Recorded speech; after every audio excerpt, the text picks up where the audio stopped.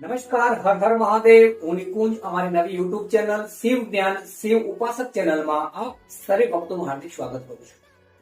ભગવાન શિવને કઈ સ્તુતિ વધુ ગમે છે, ભગવાન શિવની સ્તુતિ કઈ છે તેના વિશે ચર્ચા કરી હતી.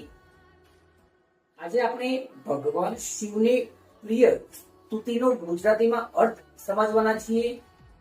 કર્પૂર ગૌરમ એટલે કે કપૂર જેવા ગૌર વર્ણવાળા કરુણાવતારમ એટલે કે કરુણાના અવતાર રૂપ, સંસાર સારમ એટલે કે જે આખી સૃષ્ટિના સાર રૂપ છે તેવા, ભુજગેન્દ્ર હારમ એટલે કે જેમને ગળામાં સર્પોની એટલે કે સાપની માળા હાર ધારણ કરેલો છે તેવા, સદા વસંતમ હૃદયારવિંદે ભવમ ભવાની સહિતમ નમામિ એટલે કે હે ભગવાન શિવ, તમે પાર્વતી સહિત મારા હૃદયમાં કાયમ માટે નિવાસ કરો, હું તમને નમન કરું છું.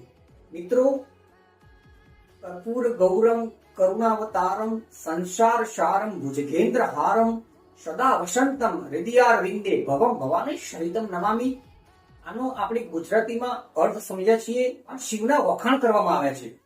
સ્તુતિની રચના કયા ભગવાને કયા સમયે કરી હતી તેની ચર્ચા આપણે આવતીકાલના વિડીયોમાં કરીશું.